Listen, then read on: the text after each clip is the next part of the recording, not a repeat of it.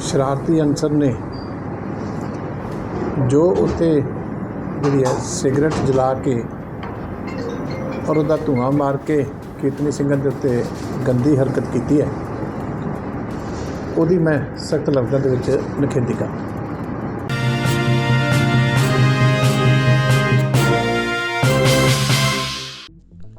पंजाब में तख्त श्री केसगढ़ साहब पर हुई बेअदबी की घटना के बाद श्रोमणी अकाली पंथ बुड्ढा दल के प्रमुख संत बाबा बलबीर सिंह जी, संत समाज से जुड़े हुए संत महापुरुष एवं श्रोमणी अकाली दल के सीनियर नेता के अलावा पंजाब के पूर्व शिक्षा मंत्री डॉक्टर दलजीत सिंह चीमा आज श्री केसगढ़ साहब के जत्थेदार सिंह साहब ज्ञानी रघुवीर सिंह जी के साथ मुलाकात करने पहुंचे।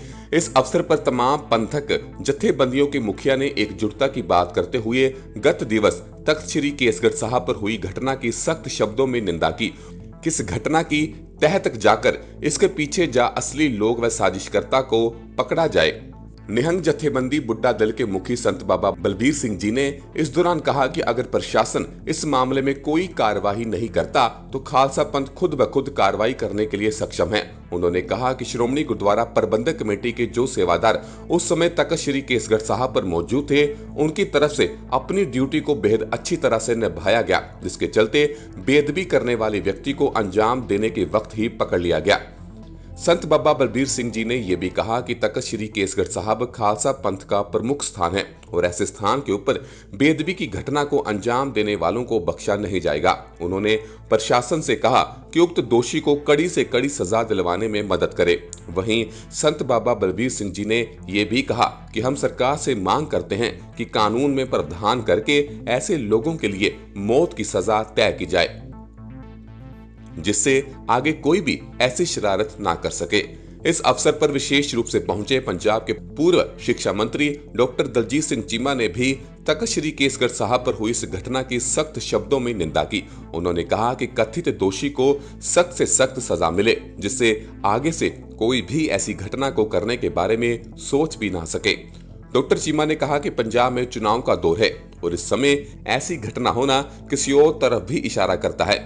उन्होंने कहा कि इस घटना की तह तक जाकर इसके पीछे छुपे हुए मास्टरमाइंड लोगों को ढूंढकर सामने लेकर आना बहुत जरूरी है। उन्होंने कहा कि ये समय है कि हम सभी को शांति बनाए रखनी चाहिए और सभी को ये कोशिश करनी चाहिए कि सभी इकट्ठे होकर बेअदबी की घटनाओं को रोकने के लिए एकजुटता का प्रमाण पेश करें। जिहड़ी घटना हुई है बहुत ही मंदभागी है कि तख्त श्री केसगढ़ साहब के उत्ते अमृत वेले एक बहुत ही शरारती अंसर ने जो उत्ते जिहड़ी है सिगरट जला के और उसका धुआं मार के कीर्तनी सिंघां दे उत्ते गंदी हरकत की है, उसकी मैं सख्त लफ्ज़ां दे विच निखेधी करदा। और पंजाब सरकार नूं भी प्रशासन नूं भी मैं कहना चाहुंदा कि इस सारी घटना की तह तक जाके जांच होनी चाहिए है कि इहदे पिछे किहड़ियां शक्तियां जिहड़ियां गुरु घरां दे विच इस तरह के माड़े कर्म करने वास्ते इन्हां लोकां नूं जिहड़ा उत्तेजित करदे। क्योंकि जिस तरह का टाइम है सवेरे 3 बजे के करीब जो मैनूं दस्सिया गया और जिन्ना लंबा समा उत्थे बैठा रहा और जिस तरीके उन्हें सारे घटनाक्रम नूं अंजाम दिता, ਉਹਦੇ तो कई तरह के शक शुबे ਜਿਹੜੇ ਆ ਉਹ खड़े ਹੁੰਦੇ। इस करके बहुत गंभीरता ਦੇ ਨਾਲ ਲੈਣ ਵਾਲੀ ਗੱਲ ਹੈ, क्योंकि ਇਹੋ ਜਿਹੀਆਂ ਜਿਹੜੀਆਂ ਘਟਨਾਵਾਂ ਨੇ ਇਹ ਦੁਨੀਆ ਭਰ ਦੇ ਵਿੱਚ ਬੈਠੇ ਜਿਹੜੇ ਸਿੱਖ ਆ ਉਹਨਾਂ ਦੇ ਦਿਲ ਦੇ ਉੱਤੇ ਸੱਟ ਮਾਰਦੀ। ਇਸ ਕਰਕੇ ਰਾਤੀ ਵੀ ਮੇਰੀ ਐਸਐਸਪੀ ਸਾਹਿਬ ਨਾਲ ਗੱਲ ਹੋਈ ਸੀ, ਅੱਜ ਸਵੇਰੇ ਵੀ ਹੋਈ ਸੀ, ਹੁਣ ਵੀ मैं सिंह साहब की हाज़री च बड़े विस्तार दे विच उन्हां नाल गल कीती है कि इहदी तह तक जाना चाहिए है कि इहदे पिछे शक्तियां किहड़ियां, क्योंकि कोई ना कोई डीप रूटेड कॉन्स्पिरेंसी है।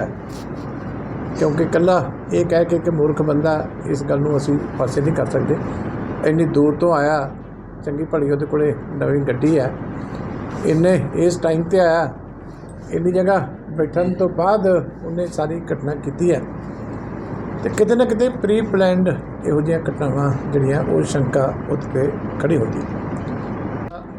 ਰਚਣ ਵਾਲਿਆਂ ਨੂੰ ਹਰਾਉਣ ਵਾਸਤੇ ਸਾਨੂੰ ਸਾਰਿਆਂ ਨੂੰ ਇਕੱਠੇ ਹੋਣਾ ਪੈਣਾ। ਜਦੋਂ ਅਸੀਂ ਇੱਦਾਂ ਦੀ ਦੁਸ਼ਮਣਬਾਜ਼ੀ ਦੀ ਰਾਜਨੀਤੀ ਸ਼ੁਰੂ ਕਰ ਲੈਂਦੇ ਹਾਂ ਨਾ, ਉਹਦਾ ਫਾਇਦਾ ਦੁਸ਼ਮਣਾਂ ਨੂੰ ਹੁੰਦਾ। ਇਹ ਸਾਡੇ ਗੁਰੂ ਦੇ ਦੁਸ਼ਮਣ ਨੇ, ਗੁਰੂ ਘਰਾਂ ਦੇ ਦੁਸ਼ਮਣ ਨੇ, ਅਤੇ ਅਸੀਂ ਜਿਹੜੀਆਂ ਛੋਟੀਆਂ ਗੱਲਾਂ 'ਚ ਪੈ ਜਾਂਦੇ ਹਾਂ ਉਹਦੇ ਨਾਲ ਇਹਨਾਂ ਲੋਕਾਂ ਨੂੰ ਲਾਭ ਹੁੰਦਾ। ਇਸ ਕਰਕੇ ਮੇਰੀ ਸਾਰਿਆਂ ਨੂੰ ਹੱਥ ਜੋੜ ਕੇ ਗੁਜ਼ਾਰਿਸ਼ ਹੈ ਕਿ ਇਹ ਸਮੇਂ ਰਾਜਨੀਤੀ ਦੇ ਨਹੀਂ ਹੁੰਦੇ, ਰਾਜਨੀਤੀ ਦੇ ਹੋਰ ਬੜੀਆਂ ਗੱਲਾਂ ਹੁੰਦੀਆਂ। ਐਜੂਕੇਸ਼ਨ ਦੀ ਆਲੋਚਨਾ ਕਰਨੀ ਹੈ, ਸਾਰਾ ਦਿਨ ਕਰੋ, ਕੋਈ ਗੱਲ ਨਹੀਂ, ਉਹਨਾਂ ਦੇ ਪ੍ਰਬੰਧ ਦੀ ਆਲੋਚਨਾ, ਪਰ ਹਰ ਗੱਲ ਨੂੰ ਇਸ ਤਰੀਕੇ ਜੋੜ ਲੈਣਾ। ਗੁਰੂ ਘਰ 'ਚ ਕੋਈ ਆਉਂਦਾ, ਹੁਣ ਤੁਸੀਂ ਜਾਂਦੇ ਹੋ, ਮੈਂ ਜਾਂਦਾ, ਲੱਖਾਂ ਲੋਕੀ ਹੋਰ ਆਉਂਦੇ ਆ, ਕਿਹੜੇ ਤੋਂ ਕਿਸੇ ਦੀ ਗੁਰੂ ਘਰ 'ਚ ਤਲਾਸ਼ੀ ਲਈ ਜਾਂਦੇ। ਕੋਈ ਬੈਠਾ ਕਿਸ ਨੀਤ ਨਾਲ ਬੈਠਾ ਇਕੱਲਾ ਬੰਦਾ ਉੱਠ ਕੇ ਜਿਹੜਾ ਕੋਈ ਕਿਤੇ ਕੁਛ ਕਰ ਦੇਵੇ ਅਤੇ ਉਸ ਬੰਦੇ ਦੇ ਉੱਤੇ ਦੋਸ਼ ਜਾਂ ਉਸ ਬੰਦੇ ਨੂੰ ਭੇਜਣ ਵਾਲੇ ਦੇ ਉੱਤੇ ਆਪਾਂ ਨੂੰ ਦੋਸ਼ ਦੇਣਾ ਚਾਹੀਦਾ। ਇਸ ਕਰਕੇ ਮੈਂ ਸਮਝਦਾ ਕਿ ਜਿਹੜੇ ਸੇਵਾਦਾਰ ਮੌਕੇ 'ਤੇ ਖੜ੍ਹੇ ਸੀ ਉਹਨਾਂ ਨੇ ਉਸ ਵੇਲੇ ਆਪਣੀ ਜ਼ਿੰਮੇਵਾਰੀ ਨਿਭਾਈ ਹੈ ਕਿ ਉਹਨੂੰ ਤੁਰੰਤ ਫੜ ਕੇ ਅਤੇ ਪੁਲਿਸ ਨੂੰ ਹਵਾਲੇ ਕੀਤਾ। ਪਹਿਲੀ ਤਾਂ ਗੱਲ ਹੈ ਕਿ ਸੱਚਾਈ ਇਹਦੀ ਨਿਕਲਣੀ ਚਾਹੀਦੀ। ਬੜੀ ਖਤਰਨਾਕ ਘਟਨਾ ਹੈ ਇਹ। ਘਟਨਾ ਜਿਹੜੀ ਹੈ ਇਹਦੇ 'ਤੇ ਬਹੁਤ ਵੱਡਾ ਕਿਸੇ ਵੇਲੇ ਨੁਕਸਾਨ ਵੀ ਹੋ ਸਕਦਾ।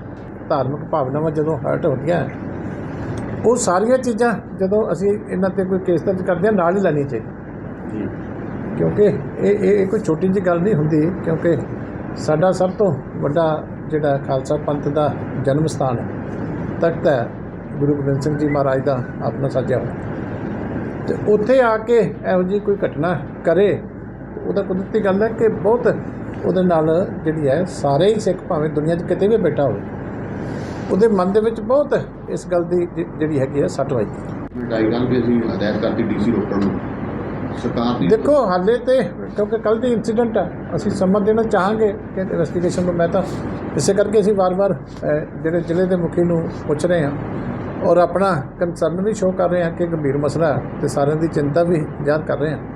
ਪਰ ਕਿਉਂਕਿ ਹੁਣ 4 ਦਿਨ ਦਾ ਪੁਲਿਸ ਰਿਮਾਂਡ ਹੈ, ਇਸੇ ਵਾਸਤੇ ਹੀ ਹੈ ਕਿ ਤਹਿ ਤੱਕ ਜਾਓ, ਇਹਦੀ ਜਿੱਥੇ ਗਿਆ ਕੌਣ ਹੈ, ਇਹਦੀ ਸਾਰੇ ਕਾਲ ਰਿਕਾਰਡ, ਇਹਦੇ ਕੰਟੈਕਟਸ, ਇਹਦੀ ਪਾਸਟ ਹਿਸਟਰੀ, ਸਾਰਾ ਕੁਛ ਇਹ ਜਿਹੜਾ ਇਹਨੂੰ ਟਰੇਸ ਕਰੋ। ਇਸ ਕਰਕੇ ਕਿ ਇਹਦੀ ਤਹਿ ਤੱਕ ਜਾ ਕੇ ਕਿਵੇਂ ਘਟਨਾ ਹੋਈ, ਇਹਦੇ ਪਿੱਛੇ ਕੋਈ ਕਿਹੜੀ ਸ਼ਕਤੀ ਹੈ, ਸਾਰੀਆਂ ਗੱਲਾਂ ਦਾ ਖੁਲਾਸਾ ਜਿਹੜਾ ਉਹ ਪੁਲਿਸ ਨੂੰ ਵੀ ਅਤੇ ਸਰਕਾਰ ਨੂੰ ਵੀ ਕਰਨਾ ਚਾਹੀਦਾ। ਸਮੂਹ ਨਿਹੰਗ ਸਿੰਘ ਜਥੇਬੰਦੀਆਂ ਸੰਤ ਸਮਾਜ ਦੇ ਨਾਲ ਜੁੜੇ ਹੋਏ ਜਿਹੜੇ ਮਹਾਂਪੁਰਸ਼ ਨੇ ਉਹ ਅੱਜ ਪੁੱਜੇ ਨੇ। ਕੱਲ੍ਹ ਦੀ ਘਟਨਾ ਦੇ ਉੱਪਰ ਦੁੱਖ ਪ੍ਰਗਟ ਕੀਤਾ, ਕੀ ਕਹੋਗੇ ਤੁਸੀਂ? ਕੱਲ੍ਹ ਜੋ ਤਖ਼ਤ ਸ੍ਰੀ ਕੇਸਗੜ੍ਹ ਸਾਹਿਬ 'ਤੇ ਅੰਮ੍ਰਿਤ ਵੇਲੇ ਘਟਨਾ ਵਾਪਰੀ ਸੀ ਔਰ ਉਸ ਦੁਸ਼ਟ ਦੋਸ਼ੀ ਨੂੰ ਮੌਕੇ 'ਤੇ ਸੇਵਾਦਾਰਾਂ ਨੇ ਫੜ ਕੇ ਅਤੇ ਪੁਲਿਸ ਦੇ ਹਵਾਲੇ ਵੀ ਕੀਤਾ। ਉਹਦੇ ਸੰਬੰਧ ਵਿੱਚ ਅੱਜ ਨਿਹੰਗ ਸਿੰਘ ਜਥੇਬੰਦੀਆਂ ਔਰ ਨਿਰਮਲ ਸੰਪਰਦਾਇ ਦੇ ਮਹਾਂਪੁਰਸ਼ ਤਖ਼ਤ ਸ੍ਰੀ ਕੇਸਗੜ੍ਹ ਸਾਹਿਬ ਜੀ ਵਿਖੇ ਪਹੁੰਚੇ, ਜਿੱਥੇ ਉਹਨਾਂ ਨੇ ਇਸ ਘਟਨਾ ਦੀ ਬਹੁਤ ਕਰੜੀ ਨਿੰਦਾ ਕੀਤੀ ਹੈ। ਉੱਥੇ ਸਮੁੱਚੇ ਪੰਥ ਨੇ ਇਕਜੁੱਟਤਾ ਦਾ ਪ੍ਰਗਟਾਵਾ ਵੀ ਕੀਤਾ ਔਰ ਪ੍ਰਸ਼ਾਸਨ ਨੂੰ ਇਹ ਅਪੀਲ ਵੀ ਕੀਤੀ ਹੈ ਕਿ ਪ੍ਰਸ਼ਾਸਨ ਜਲਦੀ ਤੋਂ ਜਲਦੀ ਇਸ ਘਟਨਾ ਦੇ ਦੋਸ਼ੀ ਨੂੰ ਅੰਜਾਮ ਤੱਕ ਲੈ ਕੇ ਜਾਵੇ, ਕਿ ਇਹਨਾਂ ਦੋਸ਼ੀਆਂ ਦੇ ਪਿੱਛੇ ਜਿਹੜੇ ਇਹ ਦੋਸ਼ ਕਰਦੇ ਨੇ, ਗਲਤੀਆਂ ਕਰਦੇ ਨੇ, ਇਹਨਾਂ ਦੇ ਪਿੱਛੇ ਕਿਹੜੀਆਂ ਤਾਕਤਾਂ ਕੰਮ ਕਰ ਰਹੀਆਂ ਨੇ। ਔਰ ਉਹਨਾਂ ਨੇ ਸਮੁੱਚੇ ਪ੍ਰਬੰਧਾਂ 'ਤੇ ਵੀ ਜਿਹੜੀ ਤਸੱਲੀ ਪ੍ਰਗਟ ਕੀਤੀ ਕਿ ਕਿਸੇ ਪ੍ਰਕਾਰ ਦੀ ਪ੍ਰਬੰਧਾਂ ਦੇ ਵਿੱਚ ਕੋਈ ਵੀ ਕਮੀ ਨਹੀਂ ਸੀ। ਇਸੇ ਕਰਕੇ ਦੋਸ਼ੀ ਨੂੰ ਫੜ ਕੇ ਅਤੇ ਪੁਲਿਸ ਦੇ ਹਵਾਲੇ ਜਿਹੜਾ ਸੀ ਮੌਕੇ 'ਤੇ ਕੀਤਾ ਗਿਆ ਹੈ। ਜਿਹੜੀ ਤਖ਼ਤ ਸ੍ਰੀ ਕੇਸਗੜ੍ਹ ਸ੍ਰੀ ਅਨੰਦਪੁਰ ਸਾਹਿਬ ਵਿਖੇ ਘਟਨਾ ਵਾਪਰੀ ਹੈ ਕੱਲ੍ਹ, ਬਹੁਤ ਹੀ ਦੁਖਦਾਈ ਅਤੇ ਨਿੰਦਣਯੋਗ ਹੈ।